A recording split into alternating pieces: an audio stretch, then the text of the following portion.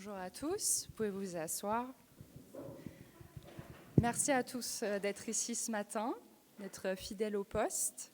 J'espère que vous avez passé une bonne semaine, peut-être courte, avec peut-être le pont vendredi, pour avoir un peu de repos et commencer la semaine qui arrive serein et reposé. Je vous propose comme parole biblique ce matin un verset de 1 Corinthiens, verset 6, 19. Ne savez-vous pas que votre corps est le temple du Saint-Esprit qui est en vous, que vous avez reçu de Dieu et que vous ne vous appartenez point à vous-même? J'aime beaucoup cette citation parce qu'on a un peu le slogan de l'Église qui est « Vous êtes le temple », qu'on voit beaucoup. Et c'est un peu le cœur de ce verset que nous sommes le temple, votre corps est le temple du Saint-Esprit que nous avons tous reçu. Et la parole, on dit que la parole est parole de vie. Et cette question qui pourtant remonte à un certain temps, peut-être il y a 2000 ans, ne savez-vous pas que votre corps est le temple du Saint-Esprit qui est en vous, que vous avez reçu de Dieu et que vous ne vous appartenez point à vous-même? Est-ce qu'on peut poser cette question aujourd'hui à quelqu'un et répondre oui, je sais, et rien? Non, pour moi, c'est une question qui, chaque fois qu'on se la pose, nous incite à repenser à la venue de Jésus et tout ce que ça implique dans nos vies, dans notre corps et dans notre esprit. Je voulais vous lire également un autre passage, une parole de Jésus, dans Jean 3, versets 5 à 8. Jésus répondit, en vérité, je te le dis, si un homme ne naît d'eau et d'esprit, il ne peut entrer dans le royaume de Dieu. Ce qui est né de la chair est chair, et ce qui est né de l'esprit est esprit. Ne t'étonne pas que je t'ai dit, il faut que vous naissiez de nouveau. Le vent souffle où il veut, et tu entends le bruit, mais tu ne sais d'où il vient, ni où il va. Il en est ainsi de tout homme qui est né de l'esprit. Et je trouve que ce dernier passage sur le vent est assez pertinent, quand on parle du Saint-Esprit, de Dieu, de l'action du Saint-Esprit. Personnellement, je ne comprends pas toujours ce que ça implique. Est-ce que c'est quelque chose qu'on ressent fortement? Est-ce qu'on se sent possédé par le Saint-Esprit et on le sent comme un feu? Et ces paroles de Jésus fort avisées, qui dit que le vent souffle où il veut, on entend le bruit, mais on ne sait pas d'où il vient, on ne sait pas où il va. Je trouve ça très, très parlant, qu'effectivement, on sent le vent sur la peau, on peut voir les effets du vent avec les arbres qui bougent, les choses qui s'envolent, mais ce n'est pas quelque chose qu'on peut dire, ça part de là, ça se termine ici, c'est quelque chose de très... c'est très métaphorique ce que je vous raconte, mais je trouve que c'est très parlant et c'est très représentatif de ce que peut être l'action du Saint-Esprit. Il est comme le vent, on ne sait pas d'où il vient, on ne sait pas où il va, mais il est là et il nous porte. Je vous propose donc de chanter à la gloire des actions du Saint-Esprit avec le prochain chant.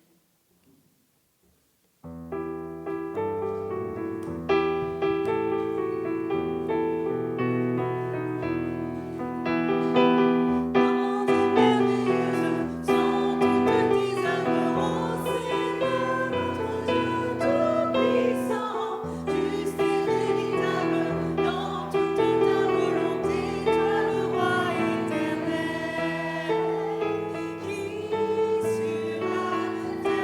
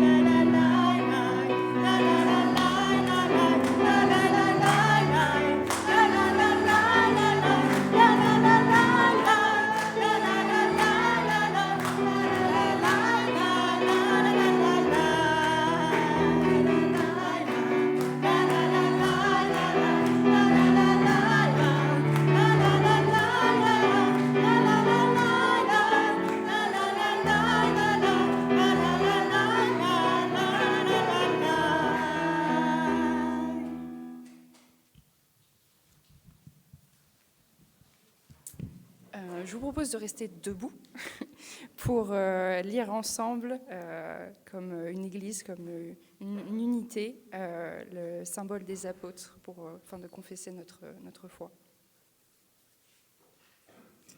Je crois en Dieu, le Père Tout-Puissant, Créateur du ciel et de la terre. Je crois en Jésus-Christ, son Fils unique, notre Seigneur, qui a été conçu du Saint-Esprit et qui est né de la Vierge Marie. Il a souffert sous Ponce Pilate, il a été crucifié, il est mort, il a été enseveli, il est descendu aux enfers. Le troisième jour, il est ressuscité des morts. Il est monté au ciel, il siège à la droite de Dieu, le Père Tout-Puissant. De là, il reviendra pour juger les vivants et les morts. Je crois au Saint-Esprit, la Sainte Église universelle, la communion des saints, la rémission des péchés, la résurrection de la chair et la vie éternelle. Amen. Je vais demander à Arnaud ou à la personne dédiée pour les annonces. Vous pouvez vous asseoir.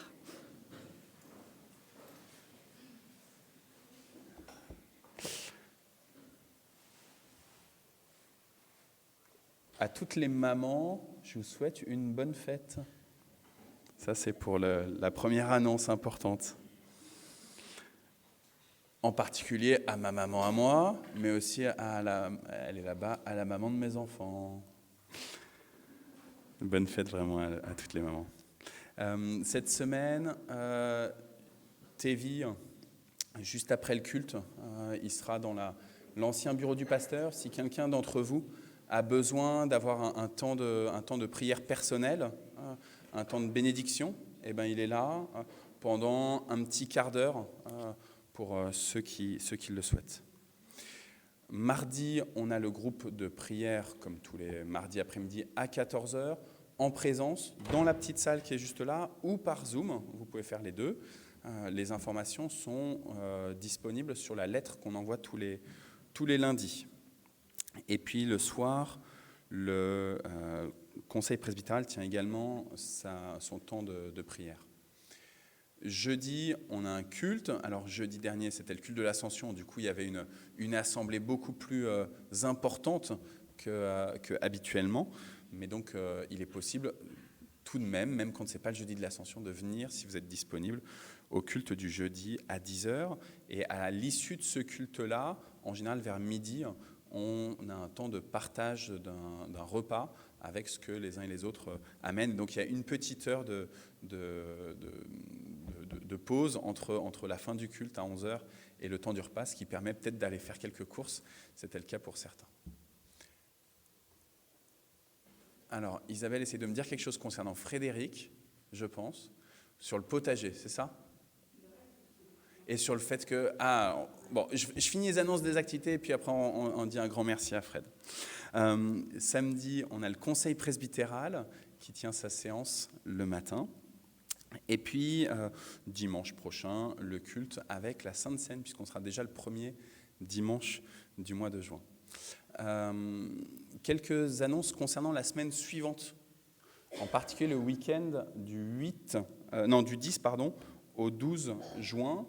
Le vendredi 10, le soir, on va avoir un temps de prière ici pour les élections législatives. On a eu un temps de prière pour les municipales, ça s'est passé rue du Docteur Roux. On a eu un temps de prière pour les présidentielles, ça s'est passé boulevard du Maréchal Juin. On a eu un temps de prière pour l'ensemble des élections, ça c'était rue de Garenne, donc à chaque fois dans une des églises évangéliques de Mantes. Et donc là, le vendredi 10 à 19h30, on a notre 4e temps et dernier temps de prière pour ces élections.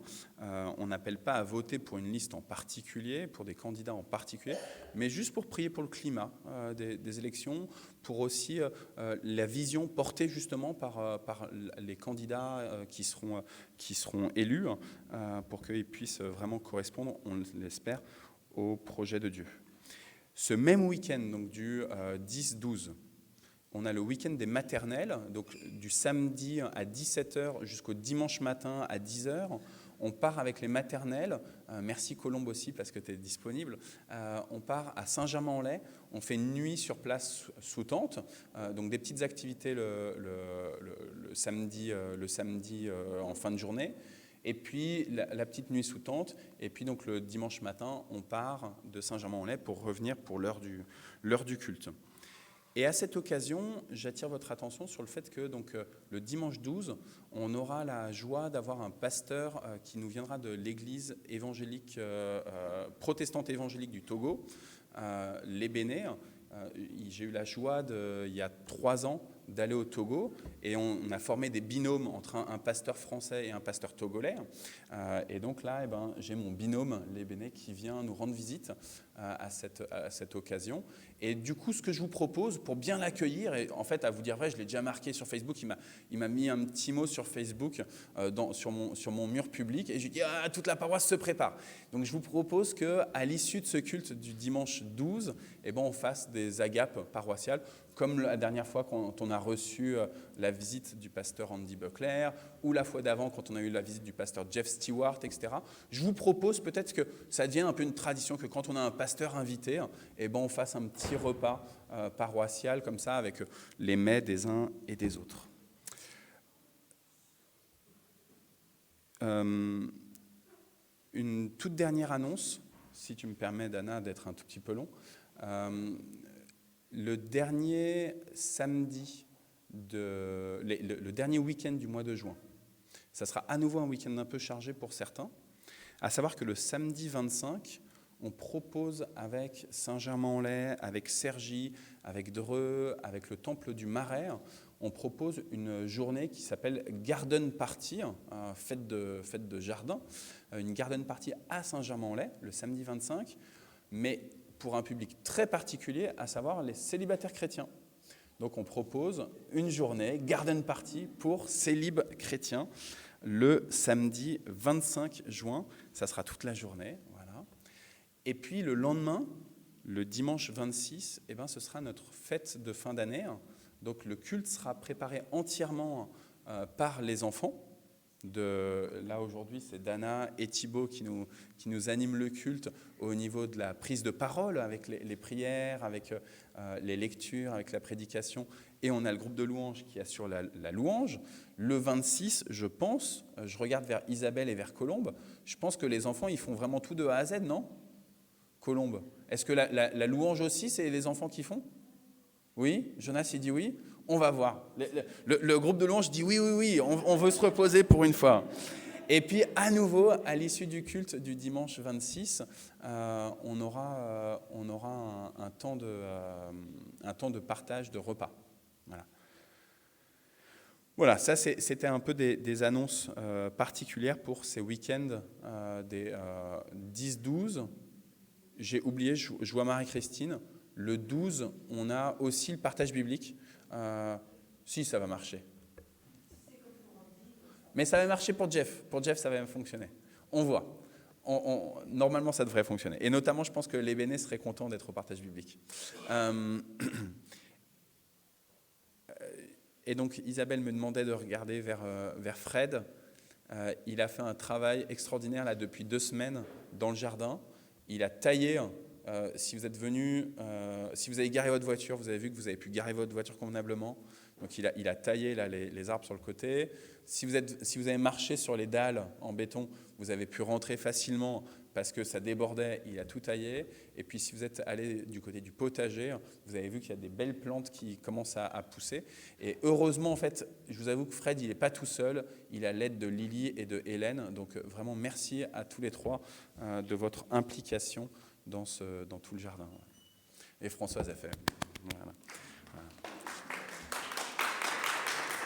C'est le moment des offrandes, c'est ça ?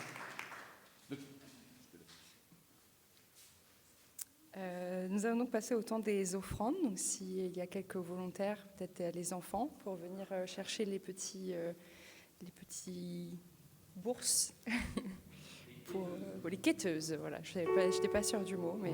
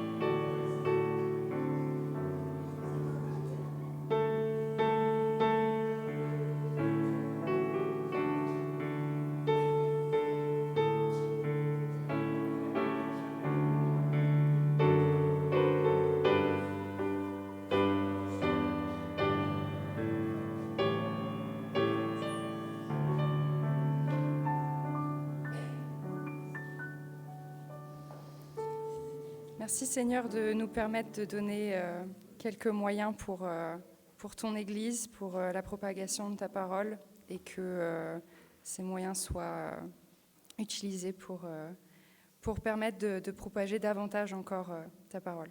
Amen.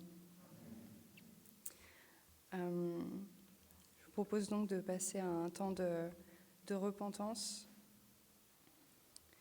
Je te prie Seigneur de nous pardonner pour nos écarts de conduite, nos écarts de comportement. Tu nous as donné un manuel parfait, ta parole, pour te suivre, pour accomplir ta volonté, avoir un cœur qui te plaît. Malgré cela, nous restons pécheurs. Je te prie, Seigneur, de nous pardonner pour ces écarts. Comme il est dit donc dans Jacques, « Sachez-le, mes frères bien-aimés, ainsi que tout homme soit prompt à écouter, lent à parler, lent à se mettre en colère, car la colère de l'homme n'accomplit pas la justice de Dieu.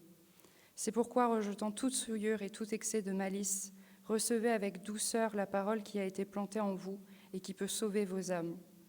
Mettez en pratique la parole et ne vous bornez pas à l'écouter en vous trompant vous-même par de faux raisonnements.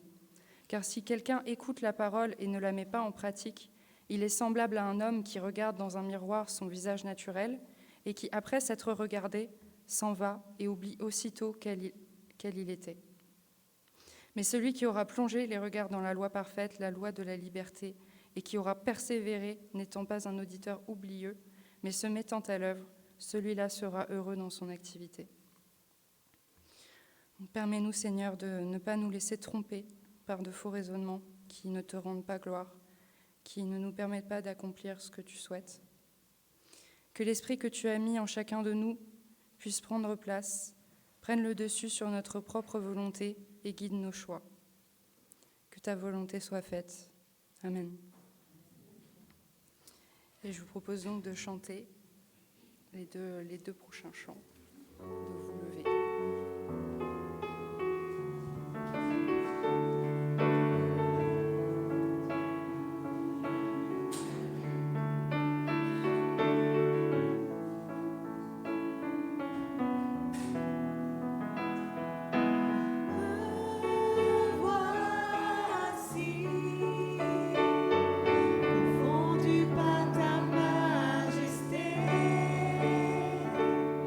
Couvert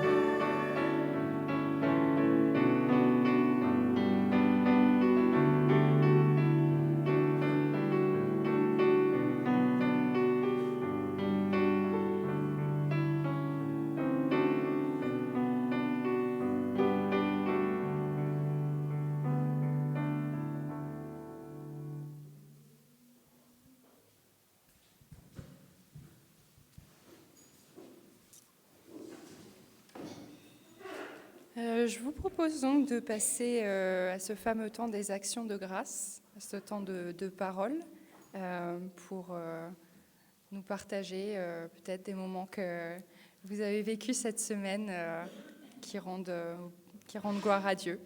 Donc, il y a un micro qui devrait circuler. Donc, n'hésitez pas à lever la main. Il y a Esther qui est très impatiente de nous partager. Ça arrive, ça arrive.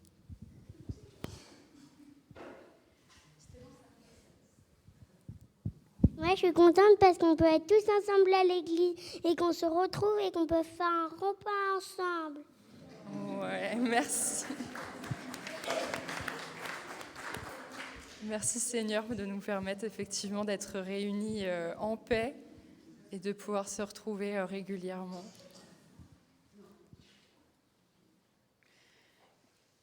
Et j'ai beaucoup d'actions de grâce, mais je veux dire déjà une action de grâce particulière pour le culte de la Pentecôte, auquel je n'ai pas pu assister parce que mon père n'était pas réveillé. Il s'est levé après la fin de l'Ascension, pardon.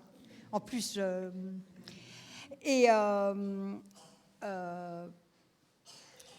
j'ai trouvé que c'était absolument formidable, toute cette musique. Et c'est vraiment une grâce d'avoir Facebook qui nous permet d'être ensemble. Et puis aussi, hier, on s'est dit, on va essayer de faire Shabbat avec papa.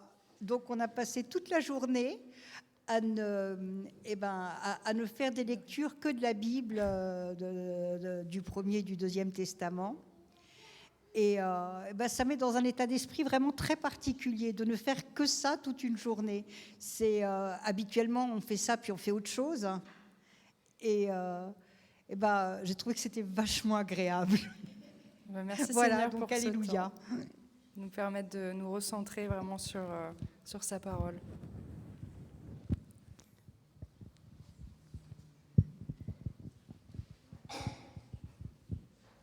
Moi, je bénis le Seigneur parce que hier, on avait une journée très, très chargée en famille. Comme c'est la fin d'année, il y a des activités avec les activités extrascolaires. Et donc, le matin, on avait des activités avec le sport de Jonas. Et puis, le soir, on avait des activités avec la danse. Et entre les deux, il a fallu qu'on aille à Paris pour célébrer un baptême. Et je vous avoue que vendredi, j'ai commencé à être pris de stress en moi en me disant mais on ne va pas s'en sortir, ça va être chaotique, on va passer nos trajets à se crier dessus, ça ne va pas le faire du tout. Je sens que la journée va être compliquée. Je sentais aussi la fatigue parce que vendredi soir, il y avait déjà une partie du spectacle des enfants.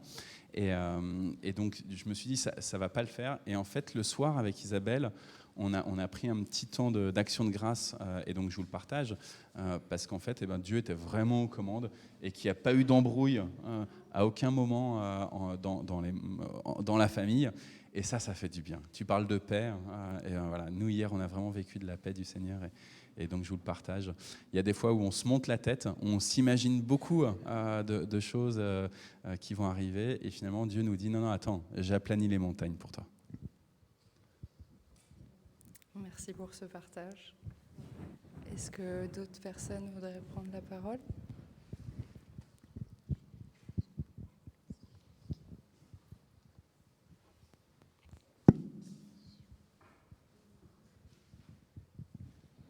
Bonjour à tous. Je voulais juste partager un petit moment que j'ai eu vendredi, dans la suite un peu de Arnaud. J'ai travaillé jeudi qui était férié. Vendredi, je n'avais pas envie d'aller travailler. Je n'ai pas réussi à avoir ma journée de vendredi. Mais je me suis dit, bon, vas-y, voilà, c'est comme ça, on ne peut pas tout avoir. Donc j'ai pris le train, je suis allée, j'ai travaillé. Et puis le soir, en rentrant, j'arrive à la gare, pas de train pour rentrer à Mantes. Je dis, qu'est-ce qui se passe ? On me dit, il n'y a pas de train. Je dis, mais je ne suis pas au courant, j'ai un abonnement. Je n'ai pas été informée. C'est quoi cette histoire ? On me dit, madame, si vous voulez rentrer à Mantes, il faut prendre un train dans 1 heure pour Paris, et puis de Paris, prendre le bus, parce qu'il n'y a pas de train non plus entre Paris et Mantes. Et là, je m'énerve, je me dis, c'est pas possible. Déjà, je ne peux pas travailler. En plus de ça, je ne vais pas pouvoir rentrer chez moi. Et puis, tout d'un coup, comme ça, j'ai un apaisement.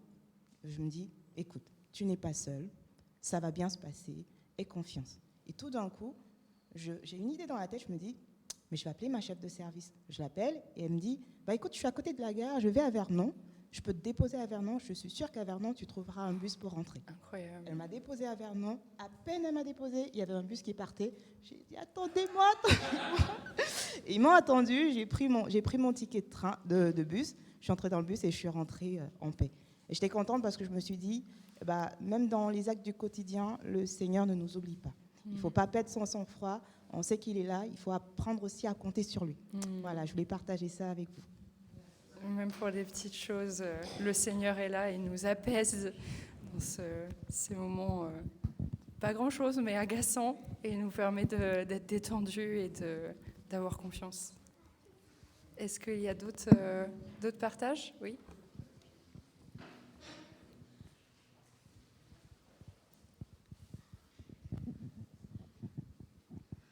Oui, je voudrais dire merci au Seigneur parce que hier soir, j'ai passé une soirée vraiment sympathique et touchante avec des amis que pour la plupart je ne connaissais pas, mais ça a été une soirée chaleureuse et ça fait du bien. Merci Seigneur. Merci.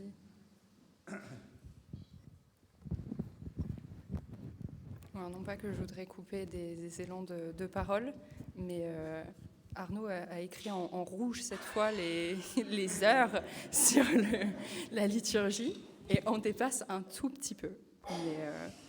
Mais, par rapport à un témoignage qui avait été fait, c'est vrai que on peut se permettre de diffuser le culte sur Facebook et c'est vraiment super pour permettre à peut-être des personnes des fois qui ne sont pas, qui auraient un petit a priori à venir à l'église, de regarder d'un œil lointain, de se dire qu'est-ce qui se dit là-bas, comment ça se passe, permettre d'avoir un petit œil dans l'église et peut-être après de franchir le pas.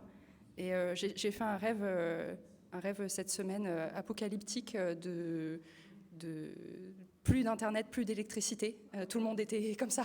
Les téléphones noirs avec le gros signe batterie déchargée, le temps qui se couvre, tout le monde était tremblant. Donc j'espère que c'est pas prémonitoire, mais c'est vrai que la technologie, malgré la mondialisation et plein de choses qui peuvent être discutables, nous permet quand même de faire de belles choses et notamment de partager la parole du Seigneur.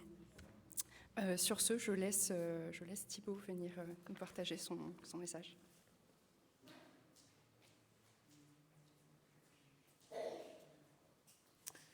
Bonjour à tous. On va commencer par la lecture tout de suite. Le texte sera le texte de Romains 8 à partir du verset 22. Alors je vais laisser un volontaire nous lire tout ça. Peut-être parmi les enfants, si, pas les tout petits enfants, bien sûr.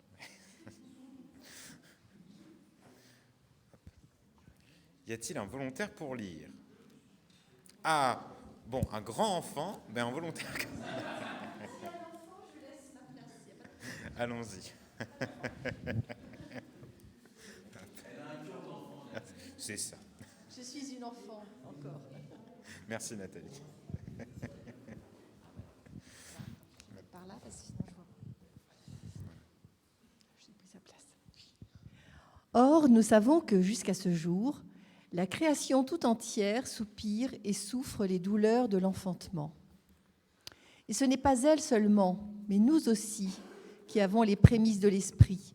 Nous aussi, nous soupirons en nous-mêmes, en attendant l'adoption, la rédemption de notre corps.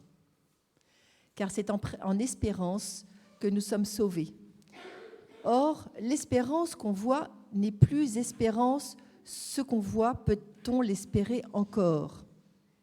Mais si nous espérons ce que nous ne voyons pas, nous l'attendons avec persévérance. De même aussi, l'Esprit nous aide dans notre faiblesse, car nous ne savons pas ce qu'il nous convient de demander dans nos prières. Mais l'Esprit lui-même intercède par des soupirs inexprimables.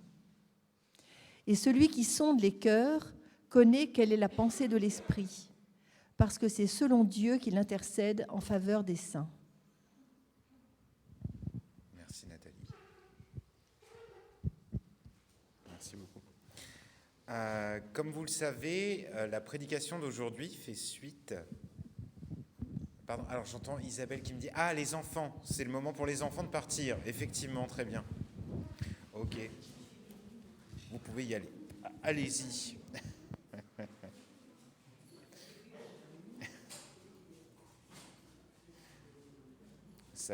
On va laisser de la place pour l'Esprit Saint, justement.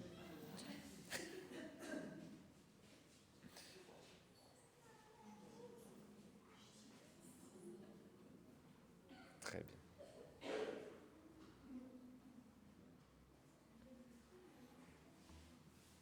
Donc, comme vous le savez, la prédication d'aujourd'hui s'inscrit dans une continuité de prédication. Me semble-t-il, c'est la 3e.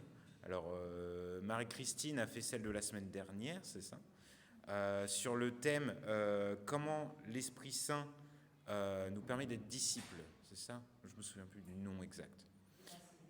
Déraciné, voilà. Et enraciné. Voilà, c'était sur l'enracinement la semaine dernière. Aujourd'hui, nous allons parler d'un thème qui est un petit peu différent. Comment le Saint-Esprit t'aide à prier? Alors, on va essayer de remettre un petit peu des choses au clair. On va évoquer des contradictions, effectivement, comme la prédication de Marie-Christine. Je pense qu'à chaque fois, on va revenir dans quelque chose qui est similaire, mais ça nous permet de revenir sur des choses qui sont assez fondamentales dans la parole. J'aimerais commencer par une petite anecdote. Pas forcément, je pense que c'est quelque chose que tout le monde a déjà vécu. Est-ce que ça vous est déjà arrivé, là par hasard je demande ça, c'est une question rhétorique, hein, j'attends pas de réponse, mais ça vous est probablement déjà arrivé, de demander une faveur à quelqu'un avec qui vous vous êtes peut-être déjà brouillé auparavant. Je pense notamment les enfants avec leurs parents. Hein, quand on a quelque chose qu'on aimerait bien avoir, mais que 15 minutes avant, on a une discussion qui n'était pas forcément super, et puis on se dit « Ah, ce soir, j'aimerais bien aller chez mon copain, là, quand même, mais il y a 15 minutes, ça s'est pas bien passé quand je suis allé parler à papa, parce qu'il a vu que j'avais des mauvaises notes, et puis du coup, mais j'aimerais bien quand même aller voir mes copains. » C'est pas évident. Hein, on est dans une situation qui fait qu'on n'a pas trop envie d'aller demander à papa d'aller chez les copains ce week-end. Pourtant, c'est papa qui a la voiture. Donc, on n'a pas le choix, on n'a pas toutes les clés en main. Hein, donc, voilà. Gardez bien ça en tête, on y reviendra. Et imaginez si votre papa, il parle même pas la même langue que vous. On va rajouter des difficultés à toutes ces images, mais vous comprendrez plus tard. Revenons au verset de Romains que Nathalie nous a lu précédemment. Je vais essayer de revenir un petit peu sur chaque verset qui me semble tous très importants. Ces 5 versets, ils sont vraiment cruciaux pour comprendre le rôle de l'Esprit Saint dans nos prières. Verset 22, « Nous le savons, tout le monde créé gémit et souffre encore maintenant, comme une femme qui accouche. » Déjà, ce premier verset, tout le monde créé souffre comme une femme qui accouche. Cette métaphore de la femme qui accouche, elle est, selon moi, pas là de manière anodine, hein. Il y a une raison. Si on reprend Genèse, n'oublions pas ce que Dieu a dit lorsqu'il y a eu séparation de Adam et Ève du jardin. Il a bien dit à la femme, tu souffriras quand tu mettras au monde. Alors, selon les versions, c'est pas exactement la même description, mais la même traduction, pardon. Je vais vous lire dans la mienne, qui est la version récente de la Bible. Alors, excusez-moi. Voilà ce que j'ai dit, si tu enfanteras dans la douleur. La femme et toi, vous deviendrez des ennemis, hein, avec le serpent. Ensuite, le Seigneur dit à la femme, je rendrai tes grossesses pénibles, et c'est dans la souffrance que tu mettras des enfants au monde. Donc c'est quelque chose qui est vraiment profond. Cette souffrance-là, qui paraît, oui, effectivement, une femme enceinte souffre quand elle accouche. Mais c'est une souffrance qui est importante d'un point de vue biblique. C'est une souffrance qui est vraiment importante. Ensuite, verset 23, ça c'était pour le monde. Le monde souffre, le monde gémit comme une femme qui accouche. Le monde souffre. Verset 23, mais il n'est pas le seul. Nous aussi, nous gémissons dans notre cœur, en attendant d'être vraiment enfants de Dieu et de devenir complètement libres. Donc nous aussi, en tant qu'hommes, en tant qu'humains, en tant qu'hommes et femmes, nous souffrons autant que le monde qui nous entoure. Nous sommes dans un monde qui souffre et nous-mêmes nous souffrons.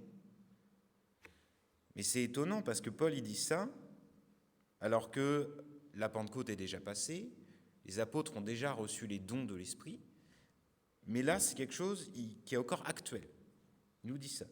Il le dit parce que juste après il dit « Nous gémissons dans notre cœur en attendant d'être vraiment enfants de Dieu, de devenir complètement libres. Pourtant, nous avons déjà reçu l'Esprit Saint comme première part des dons que Dieu nous a promis. En effet, nous sommes sauvés, mais en espérance seulement. Quand on voit ce qu'on espère, on n'appelle plus ça espérer. Les choses qu'on voit, est-ce qu'on peut encore les espérer ? Espérer ce que nous ne voyons pas, c'est l'attendre avec beaucoup de patience. » Donc Paul nous dit qu'on a déjà été touché par l'Esprit Saint. Et effectivement, comme Jésus l'avait annoncé le jour de la Pentecôte, les 120 disciples, dont les 12 apôtres, qui étaient réunis à Jérusalem et qui étaient réunis dans l'attente de ce que Jésus leur avait promis, ils ont bénéficié. Effectivement, il y a eu ces langues de feu, vous savez, ces langues de feu qui touchent les hommes, qui leur donnent des dons. Il y a eu le parler en langue. Il y a eu cet acte de Dieu. Ils ont été touchés par l'Esprit Saint. Mais on a toujours ce manque. On est toujours dans la souffrance. Pourquoi ? Je rappelle les dons qui ont été donnés par l'Esprit Saint. Alors là, je vais prendre les dons qui sont dans Corinthiens 12. Donc il y a le don de sagesse, le don de connaissance, le don de guérison, les miracles. Tous ces dons-là, on les connaît, mais ils ne nous aident pas à comprendre ce que fait vraiment l'Esprit Saint en nous, au sein de nous. Ici, Paul, il nous parle d'un autre don. Si on passe au verset 26, de plus, l'Esprit Saint aussi vient nous aider. Nous qui sommes faibles, nous ne savons pas prier comme il faut, avec des gémissements que la bouche ne peut pas redire. Mais Dieu voit le fond des cœurs, il sait ce que l'Esprit veut demander. Oui, l'Esprit Saint prie comme Dieu le veut pour ceux qui lui appartiennent. Donc ce serait l'Esprit Saint qui prierait en nous à notre place. Mais effectivement, là, pour moi, c'est quelque chose que je savais. Effectivement, on a des difficultés on ne parle pas le même langage que Dieu. Très bien. On a été séparés de Dieu au moment de la chute, quand on a commis la première faute envers lui. Très bien. Mais pourtant, Jésus, il nous apprend à prier. Il nous donne une prière. Les Hébreux, ils louaient le Seigneur aussi. C'est quelque chose qu'on nous incite à faire, qu'on nous a toujours incité à faire. On doit prier Dieu. Mais en même temps, on le prie, mais il ne comprend pas ce qu'on dit. En même temps, on doit faire des prières, mais on parle un langage qui ne vaut rien aux yeux de Dieu. Alors que, je répète, Jésus, Matthieu chapitre 6, verset 5, il nous a enseigné le Notre Père. Donc on va relire le Notre Père. On va essayer de comprendre un petit peu ça. Qu'est-ce que c'est que cette histoire ? Moi, c'est ce que je me suis dit en lisant tout ça. Pourquoi on nous apprendrait à faire quelque chose si on ne sait pas le faire correctement ? Donc, comment prier ? Quand vous priez, ne faites pas comme les hommes faux. Ils aiment prier debout dans les maisons de prière et au coin des rues, pour que tout le monde les voie. Je vous le dis, c'est la vérité, ils ont déjà leur récompense. Mais toi, quand tu veux prier, va dans la pièce la plus cachée de ta maison, ferme la porte et prie ton Père qui est là, même dans cet endroit secret. Ton Père voit ce que tu fais en secret et il te récompensera. Quand vous priez, ne parlez pas sans arrêt, comme ceux qui ne connaissent pas Dieu. Ils croient que Dieu va les écouter parce qu'ils parlent beaucoup. Ne faites pas comme eux. En effet, votre Père sait ce qu'il vous faut avant que vous le demandiez. Vous devez donc prier de cette façon. Notre Père qui est dans les cieux, ton nom est saint, fais que tout le monde te connaisse, fais venir ton royaume, fais que ta volonté se réalise sur la terre comme dans le ciel. Donne-nous aujourd'hui le pain qu'il nous faut, pardonne-nous le mal que nous avons commis, comme nous pardonnerons à ceux qui nous ont fait du mal. Et ne permets pas que nous soyons tentés, mais libère-nous de l'emprise du mal. En effet, si vous pardonnez leurs fautes aux autres, votre Père qui est dans les cieux vous pardonnera aussi. Mais si vous ne pardonnez pas aux autres, votre Père ne vous pardonnera pas vos fautes non plus. Alors ma version est assez récente, vous avez vu, ça a été traduit différemment, mais le message est là. Jésus nous a dit de prier d'une certaine façon. Mais pourquoi donc nous a-t-il dit de prier d'une certaine façon? Puisque le Seigneur sait ce qu'il nous faut avant qu'on le demande. C'est écrit juste au-dessus, verset 8. Ne faites pas comme eux, en effet, votre Père sait ce qu'il vous faut avant que vous ne le demandiez. Et ça rejoint ce que Paul dit dans son épître aux Romains, que de toute façon, c'est l'Esprit Saint qui parle en nous. Je pense qu'ici, nous touchons à l'essence même de ce que Paul voulait nous expliquer. Nous devons nous adresser à Dieu. Nous devons nous adresser à Dieu. Les actions de grâce qu'on a pu entendre tout à l'heure, voilà, rappellent un petit peu ça. Adressez-vous à Dieu. Dans les moments difficiles du quotidien, adressez-vous à Dieu.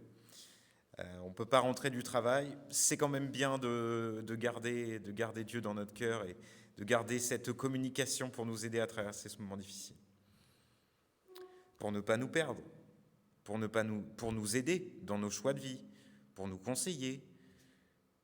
Un petit peu finalement comme un enfant avec ses parents en fait. C'est un petit peu ça aussi. C'est important d'avoir cette communication. Or, on ne peut pas lui parler directement. Donc selon moi, ce que Jésus il nous demande de faire quand on fait le Notre Père, c'est de nous mettre dans une situation. On crée comme un cocon, en fait. On crée comme la situation idéale, comme le cocon idéal, qui permettrait à Dieu de sonder nos cœurs à la recherche de cet esprit qui est là et qui gémit en nous. Si on est dans les tracas du travail, si on est en train de passer un bon moment avec nos amis, en train de faire du jardinage, dehors en train de tailler les arbres, on n'est pas disposé, je pense, à 100% pour que l'esprit communique avec Dieu. C'est comme comme un cocon qui permettrait vraiment ce lien. Donc ça ne sert pas à rien de prier. Les mots des hommes ne servent pas à rien. Les mots des hommes ne sont pas directement compris par Dieu, mais ils servent à créer de l'espace. L'espace, c'est la chose la plus importante pour laisser Dieu agir. Ça me rappelle ce que Dana a dit au début du culte. Vous êtes le temple, chacun d'entre nous est le temple. Alors, il faut que ce soit un grand temple. Il faut qu'on laisse beaucoup de place. Plus vous laisserez de place, plus la communication, elle ira toute seule. Entre la part d'Esprit Saint que Dieu a mis en nous et Dieu lui-même. Mais puisque nous sommes les enfants de Dieu, je le rappelle, pourquoi ne peut-on pas lui parler directement? Effectivement, on a compris que Dieu ne comprenait pas notre langage directement, qu'on a été obligé de passer par l'Esprit Saint parce qu'on n'est pas pur à ses yeux. L'esprit, lui, l'est. Mais, comme Dana l'a lu au début, la chair est la chair et l'esprit est l'esprit. Nous, on n'est pas esprit. On peut laisser une place pour l'esprit. Il faut lui laisser cette place. Mais donc pourquoi, pour quelle raison, on ne pourrait pas directement s'adresser à Dieu? Cette réponse, elle est dans la rupture. Cette réponse, selon moi, elle est dans la rupture. Il y a eu une rupture. Il y a une rupture importante, une rupture grave, qui se trouve dans Genèse 3, chapitre 3. Donc je vais revenir au chapitre 3.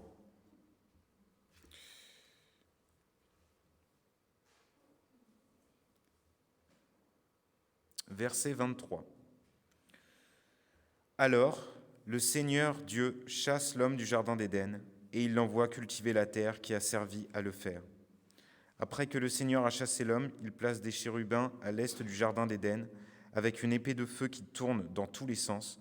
Les chérubins gardent l'entrée du chemin qui conduit à l'arbre de vie. Et juste avant, verset 22, le Seigneur Dieu se dit, « Eh bien, l'homme est devenu comme un Dieu. Il connaît ce qui est bien ou mal. » Je rappelle que c'est la raison pour laquelle Adam et Ève ont été chassés du jardin, c'est parce qu'ils ont mangé le fruit de la connaissance. Donc Dieu, là, dit, il connaît ce qui est bien et mal. Maintenant, il ne faut pas qu'il prenne aussi les fruits de l'arbre de la vie. S'il en mangeait, il vivrait pour toujours. Et c'est pour cette raison que le Seigneur les chasse du jardin. C'est-à-dire que les hommes ne peuvent pas, les créatures que Dieu avait créées ne peuvent pas se hisser au niveau de Dieu. Les hommes ont été écartés de cette relation privilégiée avec Dieu. Lorsqu'on regarde le début de la Genèse, il y a un dialogue entre Adam et Dieu. Enfin, Dieu leur parle directement et ils répondent. Bon, ils bafouillent, ils mentent un petit peu quand ils répondent. C'est un petit peu pour les accuser, pour les chercher. Pourquoi vous rendez-vous compte que vous êtes nus ? C'est-à-dire qu'ils réalisent qu'ils sont nus et Dieu leur demande. Avant, c'était pas un problème. Qu'est-ce qui fait que maintenant ça l'est ? Le fruit de la connaissance a engendré la connaissance de la pudeur, la connaissance du fait qu'ils soient nus. Mais donc il n'y avait pas cette rupture. Cette rupture, elle arrive à ce moment-là. Dieu nous a chassés pour nous empêcher de faire encore plus de bêtises finalement. De ne pas continuer dans ce qu'on avait commencé. Après ces événements, nous pouvons voir effectivement dans l'Ancien Testament, il n'y a pas eu une rupture totale, puisque dans l'Ancien Testament, on peut voir des discussions entre les grands prophètes et Dieu. On peut voir une relation c'est un peu, bien évidemment, c'est le fil rouge de tout l'Ancien Testament. L'évolution du peuple élu qui va communiquer avec Dieu et qui va faire ce que Dieu lui demande, ou pas, à bien des moments. Mais peu sont choisis. Quand on regarde l'Ancien Testament, peu sont choisis. Sur les milliers, dizaines de milliers, de millions de personnes qui ont vécu dans l'Antiquité et dans le peuple hébreu, peu sont choisis pour être ceux qui dialoguent avec Dieu directement. Si je reprends les grands prophètes qui ont été jusque Moïse, Abraham, Isaac, Jacob, Joseph et ses frères, jusqu'à Moïse, ces hommes étaient choisis pour des raisons très particulières. Ils avaient une relation privilégiée, mais qu'ils ont gagnée avec Dieu. Abraham, il n'a pas eu cette relation avec Dieu comme ça. Dieu, il lui a demandé des choses. Il lui a dit, si tu fais ces choses, ta descendance sera plus grande que le grain de sable sur cette plage dans le désert. Mais il y a une décision de prise par les prophètes. Les prophètes ont décidé d'écouter Dieu. Donc déjà, ces hommes étaient choisis par Dieu au sein du peuple élu.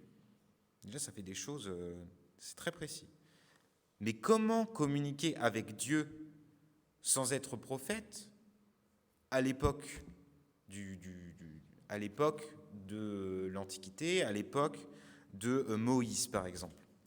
Alors, je vais reprendre Deutéronome chapitre 12, plus précisément. Parce que je pense que c'est toujours important Quand je me pose des questions comme ça sur la relation qu'on peut avoir aujourd'hui avec Dieu, j'aime bien retourner dans la loi que Moïse a donnée aux hommes. Pourquoi ? Parce qu'elle nous indique un petit peu le fonctionnement, comment les coutumes un petit peu, comment fonctionner au sein du nouveau pays, parce qu'il s'agit de ça. Hein. Moïse, il veut donner les lois pour le nouveau pays que Dieu va donner aux hommes. Donc c'est vraiment la construction de quelque chose. Je vais vous lire à partir du verset 2 du chapitre 12. « Vous détruirez complètement tous les lieux sacrés sur les hautes montagnes, sur les collines et sous tous les arbres verts. C'est là que les peuples que vous allez chasser adorent leur Dieu.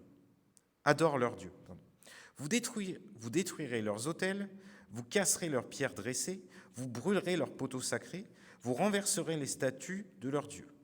Vous ferez disparaître de cet endroit le nom de ces statues. Dans le culte rendu au Seigneur votre Dieu, vous n'agirez pas comme ces peuples.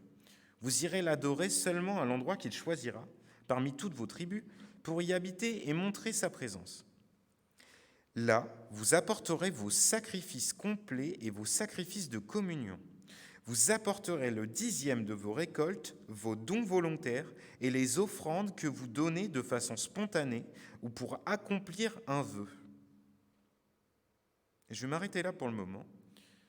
C'est à partir de là que je me suis dit, mais tout ça, vous allez donner 10% de vos récoltes, le 10e de vos récoltes, plus les dons volontaires, plus vous allez faire des sacrifices pour demander à Dieu de bien vouloir accomplir un vœu que vous formulez. Peut-être un vœu que vous avez dans votre cœur. Peut-être vous espérez que, votre fils qui est malade, il aille mieux, ou que votre père qui est souffrant, ça aille mieux pour lui. 10e de vos récoltes, sacrifice, je répète. Et tout ça pour espérer communiquer avec lui, juste communiquer avec lui. Imaginez à l'époque la difficulté de cette communication. Moïse, lui, a la chance de pouvoir entendre Dieu directement.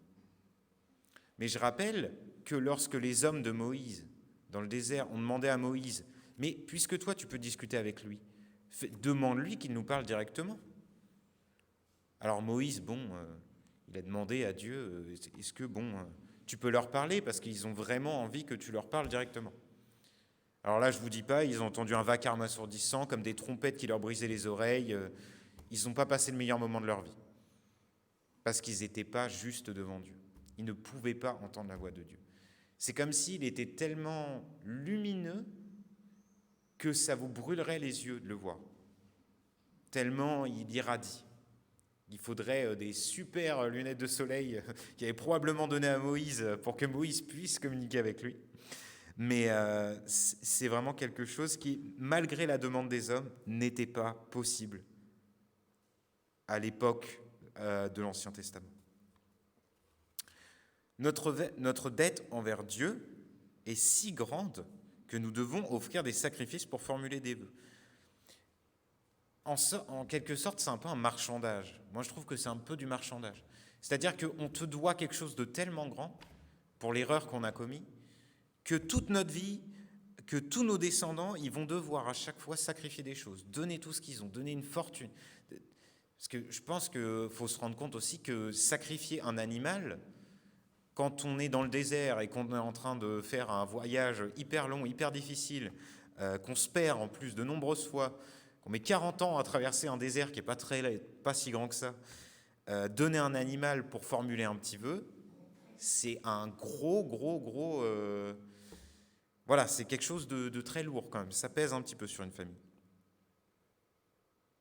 Mais finalement, c'est ça aussi qui est important à comprendre. C'est que Jésus lui-même, nous a justifiés de cette loi. Donc Jésus nous justifie de la loi. C'est-à-dire, plus besoin de sacrifice. Jésus, il s'est sacrifié pour ça. Il l'a fait pour nous. Mais l'Esprit Saint dans tout ça, si Jésus il nous a justifiés devant la loi, pourquoi l'Esprit Saint? Parce que l'Esprit Saint, c'est une part directe de Dieu.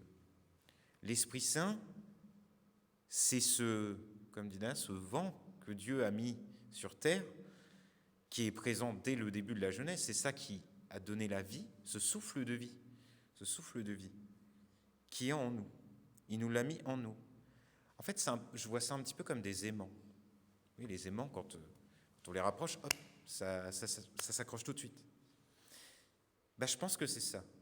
Quand on est en prière, il y a cet aimant là qui est en nous. On essaye faut faire en sorte de bien laisser de la place pour qu'il se colle à notre poitrine comme ça, pour que, hop, ça vienne s'attacher tout de suite. Et là, la communication, elle est rétablie. Si on parle avec notre bouche, ça sert à rien. Ça sert à créer un contexte. Mais Dieu, il va chercher cet aimant. Il va chercher dans notre cœur quelque chose ici. pour revenir sur le texte de Romains, je pense que c'est ça, l'espérance que Dieu nous a donnée, que Paul mentionne. L'espérance que Dieu nous a donnée. Nous sommes justifiés devant la loi grâce au Christ, et le dialogue est rétabli grâce à l'Esprit Saint. Une partie de Dieu réside en chacun d'entre nous, et c'est à nous d'en prendre soin. Donc je pense que l'important n'est pas tant les mots qu'on utilise que de prendre soin de la part que Dieu a mis en nous. C'est comme une sorte de cadeau qu'il nous aurait fait le jour où on a décidé de le rejoindre comme disciple, le jour où on a décidé de dire « oui, tu es le chemin, je te suivrai ». Il nous a donné cette petite, comme cette part de lui en nous. Et c'est à nous maintenant d'en prendre soin. C'est ça notre mission principale. Si, comme Paul dit dans Romains, les hommes sont attirés par les désirs du monde, effectivement, si on revient un petit peu en arrière dans l'Épître aux Romains, à partir du chapitre 7, Paul y passe beaucoup de temps à nous dire qu'on est attiré par les désirs du monde et qu'il faut se détacher des désirs du monde, des désirs de la chair, et ensuite il parle de l'esprit et de l'importance de l'esprit et de qu'est-ce que l'esprit fait en nous. Et donc je pense qu'effectivement, pour éviter les désirs du monde, les désirs humains, il est bon de se souvenir que cette partie de Dieu réside en nous. Parce qu'en fait, notre enveloppe corporelle, notre nous humain, notre nous pécheur, vous pouvez vous dire, bon, de toute façon, un péché de plus, un péché de moins, on est tous on est dans ce monde qui souffre, nous-mêmes on souffre, il y a la guerre partout, c'est une souffrance permanente. C'est vrai pour notre corps, pour notre chair, pour la chair. C'est la chair est la chair et la poussière retournera à la poussière de toute façon.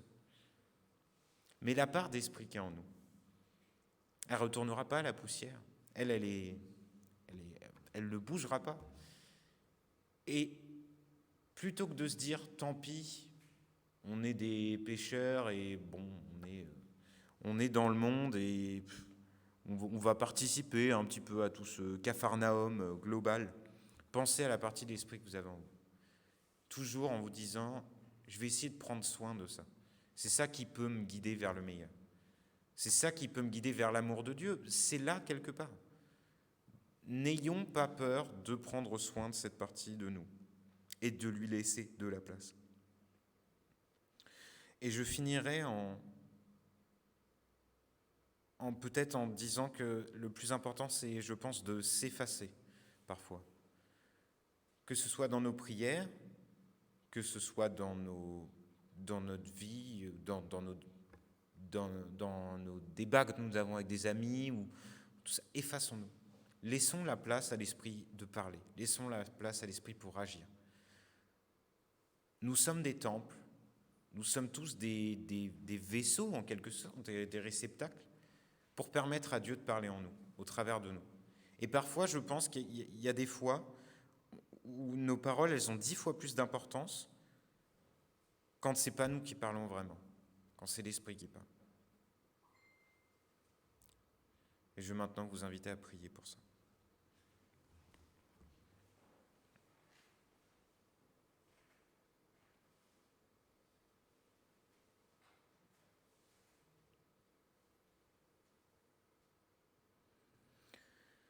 Notre Père qui es aux cieux, permets que chaque silence de notre vie soit un moyen pour l'Esprit Saint d'être en dialogue avec toi. Je te prie, notre Père, que tu sois toujours là pour communiquer avec l'Esprit qui est en nous, pour faire cette relation, que les aimants soient collés, que nous puissions toujours être là, en nous effaçant, pour permettre à l'Esprit de parler à notre place. Enlève notre intellect qui parfois nous empêche de dire correctement les choses. Laisse une place plus grande au calme, au silence, dans notre quotidien, dans notre vie, pour que l'Esprit parle à notre place.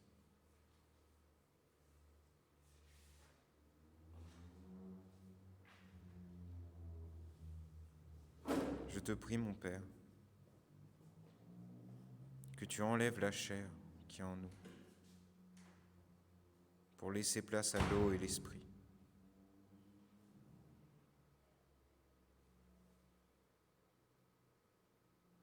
Tu nous as mis ce fragment d'amour en nous.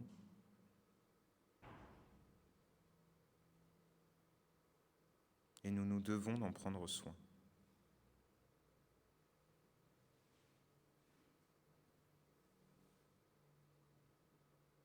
Alors je te demande, mon Père, de nous aider à cultiver cet amour que nous avons en nous grâce à toi.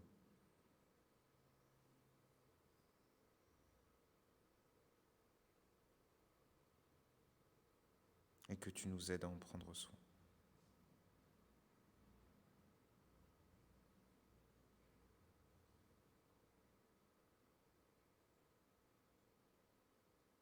Amen.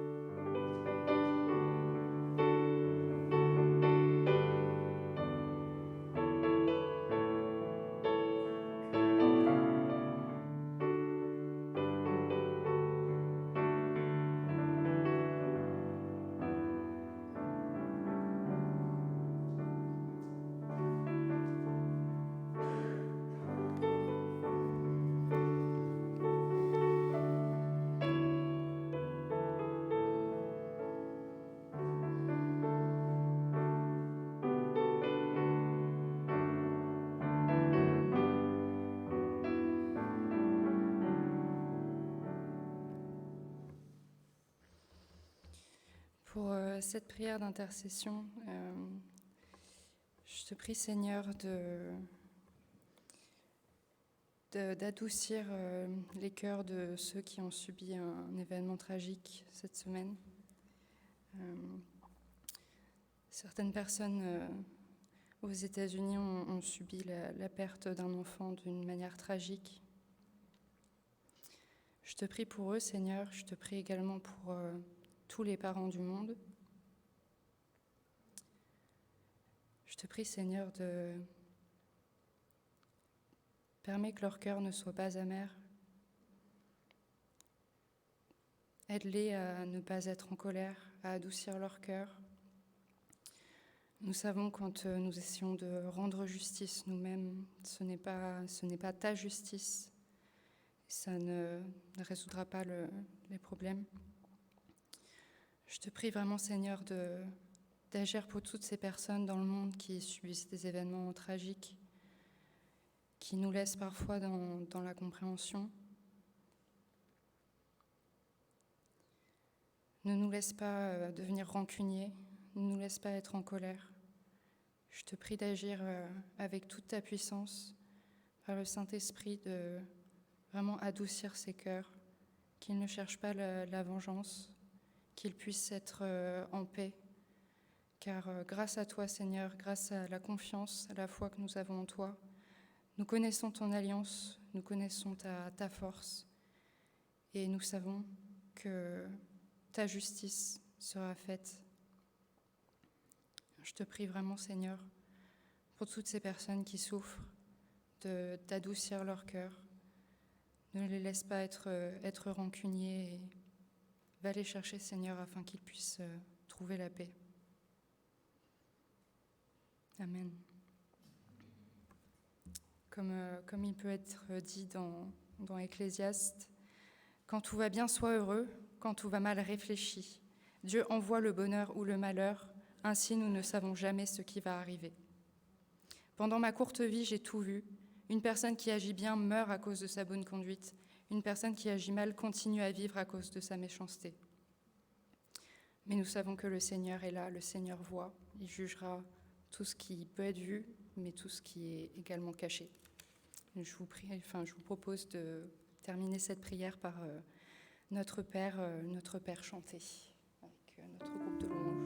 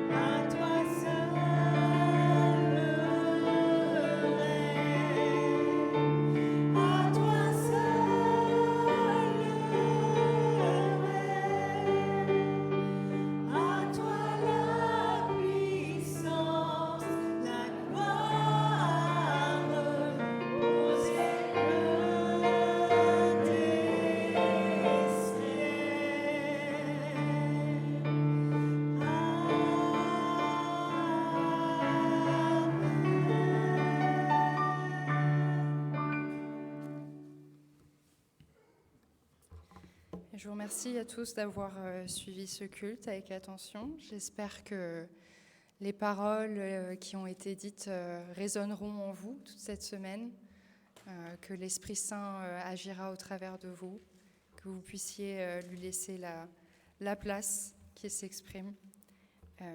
Donc je vous souhaite à tous un très bon dimanche, une très belle semaine. Et donc nous allons chanter notre dernier chant pour ce dimanche.